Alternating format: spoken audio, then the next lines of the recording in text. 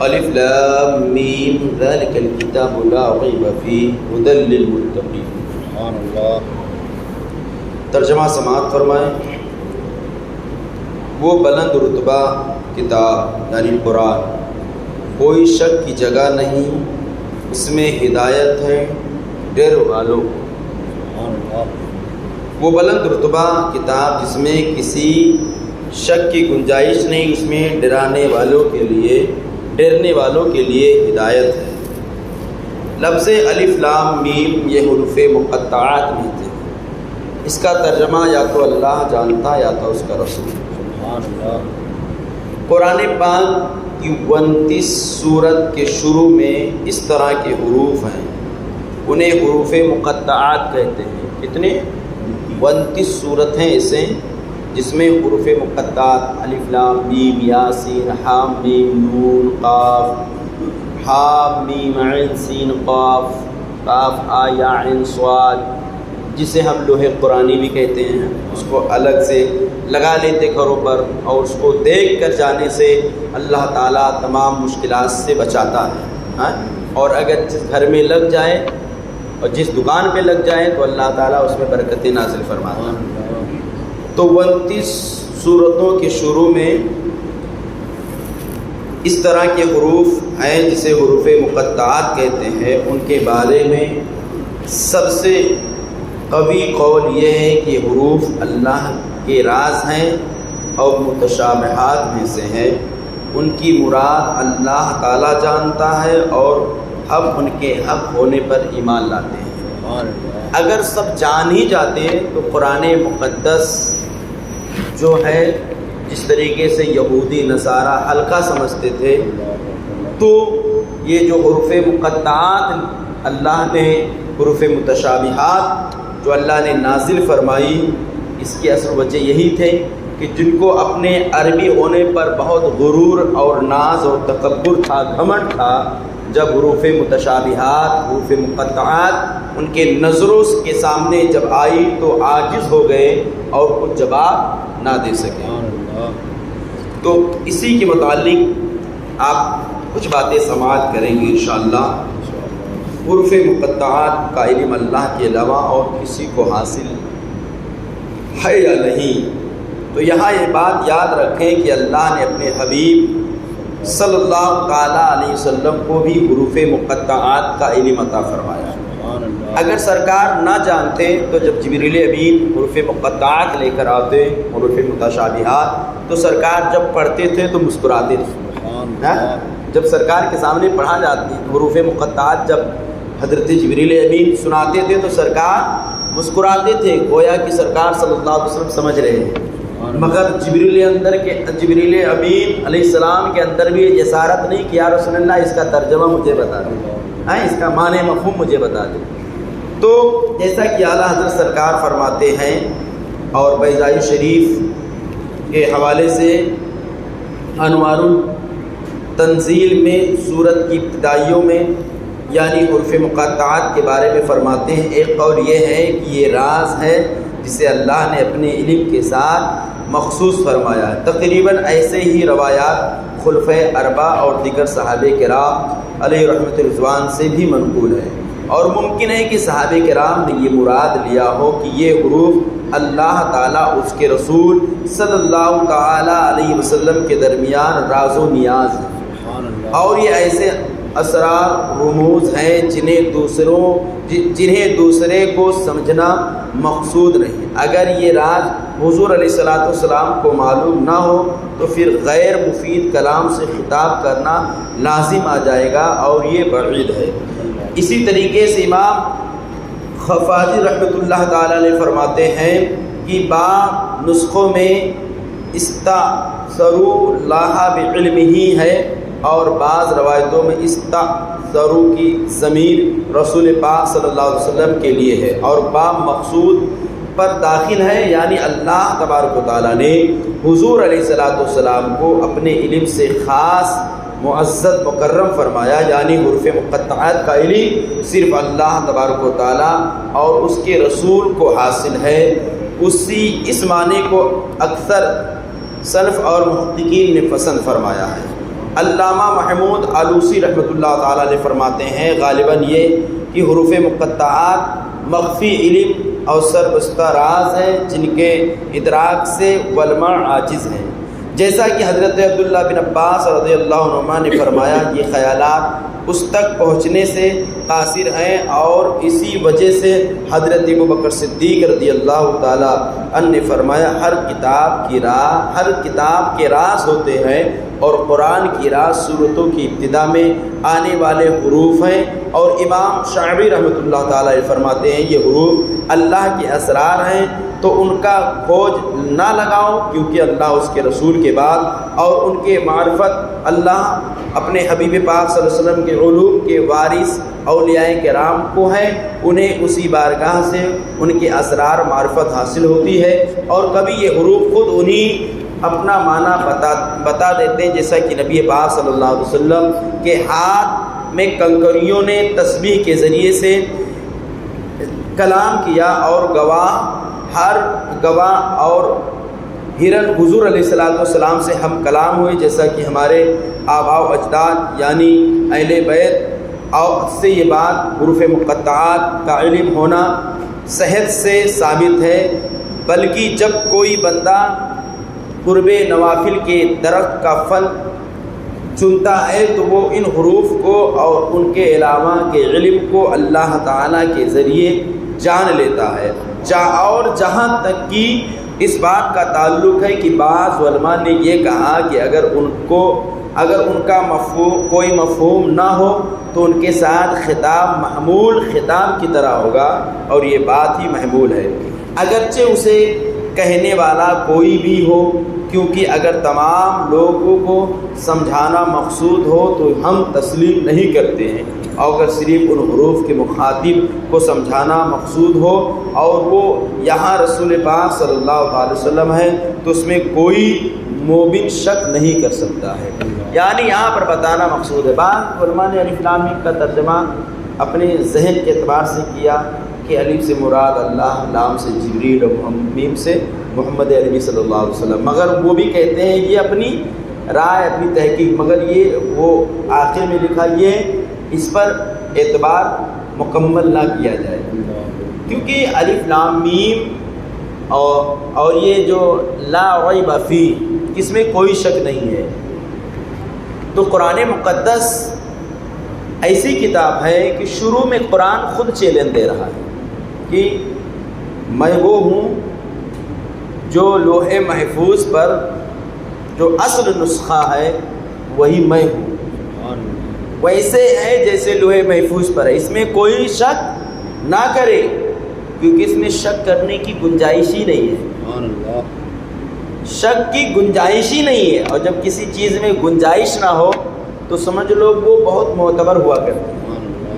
اور اگر ہر چیز سب کو معلوم ہو جائے تو جو کفار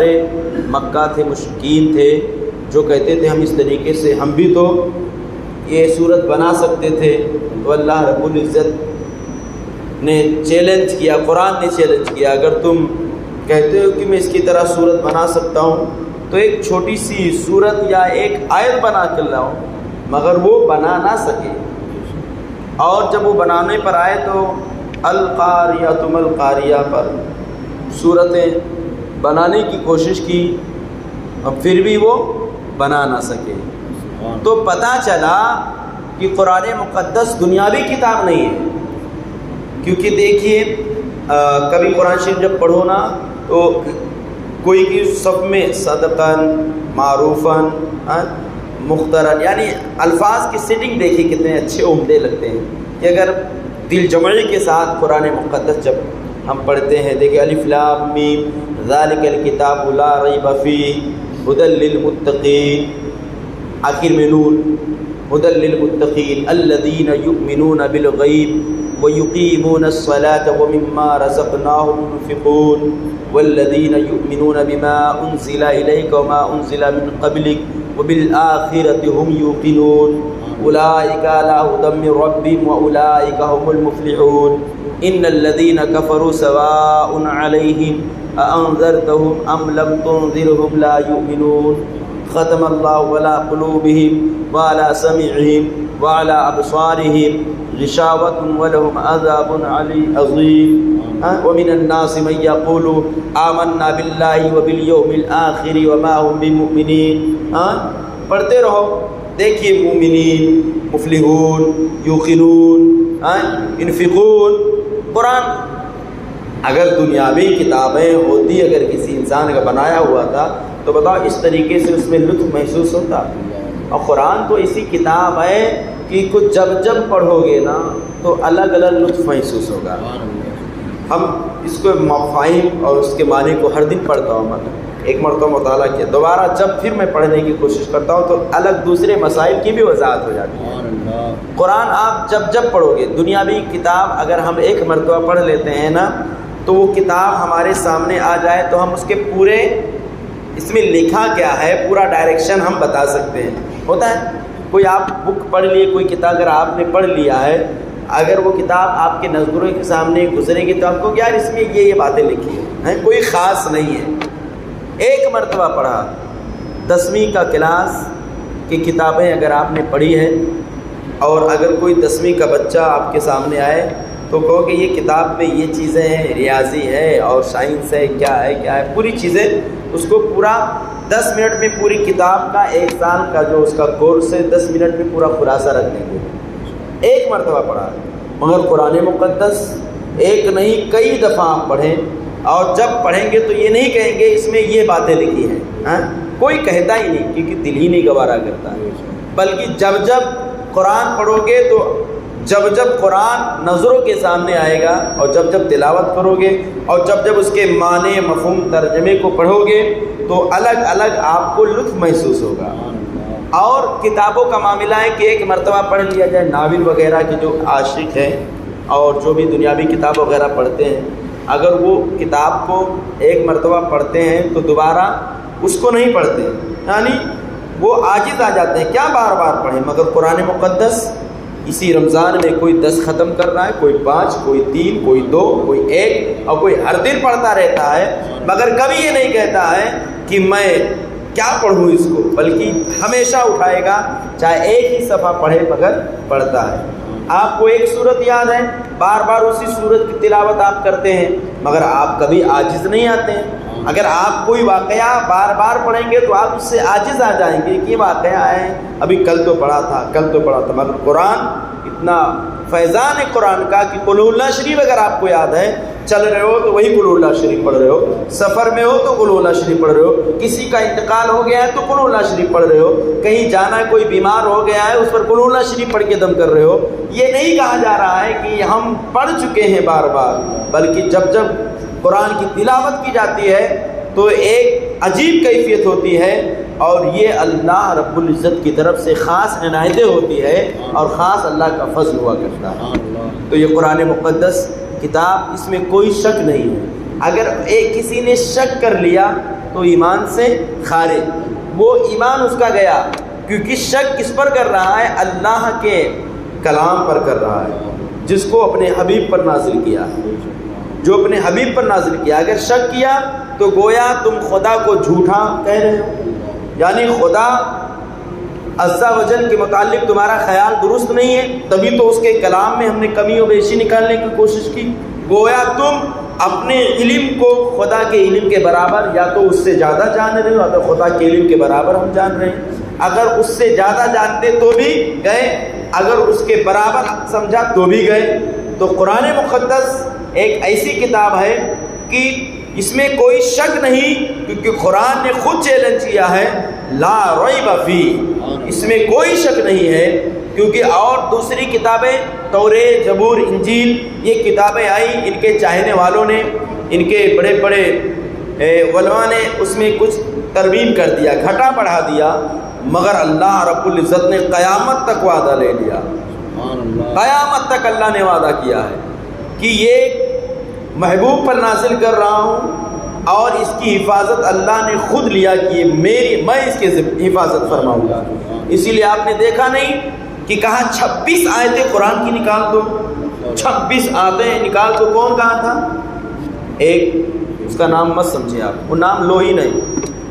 وہ نام بہتر ہی نہیں لینا، اپنے آپ کو مسلمان کہتا ہے اور کہتا ہے قرآن کی 26 آیتیں نکالو، تو 26 آیتیں نکالنے کی اس نے ڈائریکشن دیا تو اللہ تعالیٰ اسے اسلام سے نکال دیا اور دوسرے مذاہب میں داخل ہو گیا، جسے وہ خود پہلے ناپسند کرتا تھا، آج وہ اسی کو پسند کر رہا ہے، ٹیکا لگا کر گھومنے لگا۔ خود کے گھر والوں نے اسے بے دخل کر دیا، خود کے بیوی بچوں نے اسے گھر سے نکال دیا۔ پتہ چلا جو قرآن پر کمنٹ کرتا ہے وہ دنیا میں بھی رسوائی اسے ہے اور آخرت میں تو ہے ہی۔ تو قرآن کی 26 آیتیں نکالنے کے اس نے دعویٰ کیا تھا کہ معاذ اللہ یہ آیت جہاد سکھاتا ہے، آتنکوادی بناتا ہے، مگر قرآن تو ان تمام چیزوں کو ختم کرنے کے لیے آیا ہے، ختم کرنے کے لیے۔ غریب نواز سرکار کو دیکھو، اسلام ہمارا جو ہے تلوار کے ذریعے سے اسلام نہیں پھیرا، اخلاق کی تلوار تھی، اخلاق سب سے عمدہ ہے، اور سرکار کا اخلاق قرآن نے فرمایا انک لعلی خلق عظیم، اے محبوب آپ کا اخلاق عظیم الشان ہے۔ اخلاق تھا تبھی تو اللہ کے حبیب علیہ الصلوۃ والسلام نے جب اعلان نبوت کیا تو ایک بوڑھیا تھی، وہ جب سنی کہ جو بھی محمد عربی صلی اللہ علیہ وسلم کو دیکھتا ہے تو کلمہ پڑھنے لگتا ہے، تو اس نے کہا کہ اب اگر ہماری بھی نظر پڑے گی تو ہم بھی اپنے باپ دادا کے دین کو چھوڑ دیں گے۔ تو خاتون نے اپنے تمام مال و اسباب کو جمع کیا، گٹھر بنایا اور دروازے کے باہر کھڑی ہو گئی کہ کوئی آئے تو تاکہ سرحد پار کر دے۔ حضور علیہ الصلوۃ والسلام کی گزر اسی راستے سے ہوئی۔ اللہ کے حبیب نے فرمایا ماں کیا بات ہے، کس کا انتظار کر رہے ہو؟ تو کہیں جانا ہے کیا؟ تو وہ خاتون جو بڑھیا تھی وہ کہتی ہے مجھے سرحد پار لے چلو۔ سرکار صلی اللہ تعالیٰ علیہ وسلم سے کہا کہ اس کو میرے سر پر رکھ دو۔ سرکار نے فرمایا آپ کمزور ہیں، میں اس کو سر پہ لاد کر آپ جہاں بتائیں وہاں تک آپ کو پہنچا دیتا ہوں۔ اب وہ سرکار صلی اللہ علیہ وسلم آگے آگے چل رہے ہیں، خاتون پیچھے پیچھے چل رہی ہے اور باتیں کرتے جا رہی ہے، سرکار باتیں کر رہے ہیں۔ سرکار صلی اللہ علیہ وسلم سے وہ بڑھیا کہتی ہیں آپ بہت اچھے ہیں، بہت حسن و جمیل والے ہیں، آپ کا اخلاق بہت عمدہ ہے، مگر آقا فرماتے کیوں جا رہے ہو، کیا بات ہے ماں؟ تو وہ خاتون کہتی ہیں آپ کو معلوم نہیں ایک محمد نامی شخص آیا ہے، وہ ہمارے معبودوں کو برا بھلا کہہ رہا ہے، وہ اپنے آپ کو نبی کہہ رہا ہے ایک خدا کی عبادت کرو۔ بیٹا میں آپ کو نصیحت کرتی ہوں اس کے قریب مت جانا ورنہ تم تو بہت بھولے بھالے ہو، تم کو تو بہکا دیں گے، وہ آرام سے وہ بہکا دیں گے تمہیں۔ جب وہ خاتون اپنی منزل مقصود تک پہنچی، پھر وہ خاتون کہتی ہے جانے والے اگر ہم اور آپ ہوتے تو آپ کہتے ہیں کیونکہ ہماری برائی کر رہی ہے وہ، تو ہم گٹھر کو پھینک دیتے، ارے تو میں سامان لاد کے چل رہا ہوں اور تو میری برائی کر رہی ہے، مگر سرکار لے کے جا رہے ہیں کیونکہ سرکار کو معلوم ہے نا ابھی ہونے والا کیا ہے، سرکار کو پتہ ہے نا ابھی کیا ہونے والا ہے۔ جب سرکار صلی اللہ علیہ وسلم اس کا گٹھر وہاں اس کے منزل مقصود پر رکھا تو خاتون کہتی ہے بیٹا بہت پیارا چہرہ ہے، اخلاق کے دھنی ہو، بتائیے آپ کا نام کیا ہے؟ تو سرکار صلی اللہ علیہ وسلم مسکرا کر ارشاد فرماتے ماں جس محمد کے نام کو سن کر تو علاقہ چھوڑ کر جا رہی وہ محمد میں ہی ہوں، کیا جس محمد کے نام سے اپنا بستی چھوڑی وہ محمد میں ہی ہوں۔ وہ خاتون کہتی ہے آپ ہی محمد ہو تو ایک کام کرو اب مجھے کلمہ پڑھا کر اسلام میں داخل کر لو، جب آپ کا اخلاق اتنا عظیم الشان ہے تو آپ کا رب کتنا عظیم ہوگا۔ اللہ کے حبیب علیہ الصلوۃ والسلام کی شان ملاحظہ فرمائیے۔ اسی طریقے سے اللہ کے حبیب علیہ الصلوۃ والسلام کی شان کی عید کے ایام تھے، کچھ بچے کھیل رہے تھے، ایک بچہ رو رہا تھا، اللہ کے حبیب اس بچے کے پاس جا کر کہتے ہیں کیوں رو رہے ہو، کیا بات ہے؟ بچہ کہتا ہے آپ سے کیا مطلب، رو میں رہا ہوں، اسے کیا معلوم کہ روتے وہ کو ہنسانے والے آئے ہیں، اس کو کیا مطلب، اس کو کیا معلوم کہ یہی تو ہمیں سہارا دینے والے ہیں۔ اللہ کے حبیب نے فرمایا وجہ کیا بیٹا، سب کھیل رہے ہیں، تم کھیل کیوں نہیں رہے، تمہارے بدن پر پھٹے پرانے کپڑے ہیں۔ پورا واقعہ بتایا مختصر کہ میرے والد ماجد ایک جنگ میں شہید ہو گئے، حضور کے ساتھ گئے تھے، میری ماں نے دوسری شادی کر لی اور جو میرا دوسرا باپ تھا مجھے گھر سے بے دخل کر دیا ہے، اب میں نہ روؤں تو کون روئے گا۔ یہ بچے کھیل رہے، ان کے والدین ہیں، ان کے ماں باپ ہیں، ان کے چاہنے والے، مگر ہمارا کوئی چاہنے والا نہیں۔ اللہ کے بھی مسکرا کر ارشاد فرماتے ہیں اگر تو پسند کرے گا کہ محمد عربی تیرا باپ ہو جائے، حضرت عائشہ تمہاری ماں ہو جائے، فاطمہ تمہاری بہن، حسنین کریمین تمہارے بھائی ہو جائیں، کیا یہ پسند کرے گا؟ بچہ خوشیوں میں ڈوب گیا، کہتا کیوں نہیں؟ بولا محمد عربی مجید بارگاہ آقا لیتے ہیں، اور لینے کے بعد حضرت فاطمہ کے پاس لے جا کر ارشاد فرماتے میری لخت جگر اس سے جلدی سے غسل دو اور اس کو اچھے کپڑے سے اس کا اچھے کپڑے پہناؤ۔ امام حسنین کریمین کا اچھا لباس تھا، اسے پہنایا گیا، پہنانے کے بعد کنگھا کیا گیا اور سرما لگایا۔ اب امام حسنین کریمین بھی انگلی پکڑے ہوئے ہیں اور ایک انگلی وہ بچہ یتیم پکڑا ہوا ہے، ایک انگلی پکڑے ہوئے ہیں۔ تمام لوگ بچے جو کھیل رہے تھے انہی کی طرف سے گزر ہوئی، جب وہ رو رہا تھا تو تمام لوگ ہنس رہے تھے، اب وہ ہنس رہا ہے تو تمام لوگ رو رہے ہیں۔ وہ بچے کہتے ہیں ارے اچانک تمہیں کیا ہو گیا؟ یہ تمہارے بدن پر اچھے لباس۔ تو کہتا تمہیں معلوم نہیں ہے آج سے میرا باپ محمد عربی صلی اللہ علیہ وسلم ہے، آج سے میری ماں عائشہ صدیقہ ہے، میری بہن فاطمہ ہے، اور میرے بھائی حضرت امام حسنین کریمین ہیں۔ میرے والد اس جنگ میں جو شہادت کا جام پیا تھا مصطفیٰ کریم نے اس کا صلہ مجھے دنیا میں عطا فرمایا ہے۔ تمام بچے ایک زبان ہو کر بولے تھے کاش کہ میرا باپ اس جنگ میں شہید ہوتا تاکہ محمد عربی میرا باپ بن جاتا، عائشہ میری ماں اور حسنین کریمین میرے بھائی اور حضرت فاطمہ میری بہن بن جاتی۔ تو اللہ کے حبیب جب کسے نوازنا چاہتے ہیں نا تو کہیں سے بھی نواز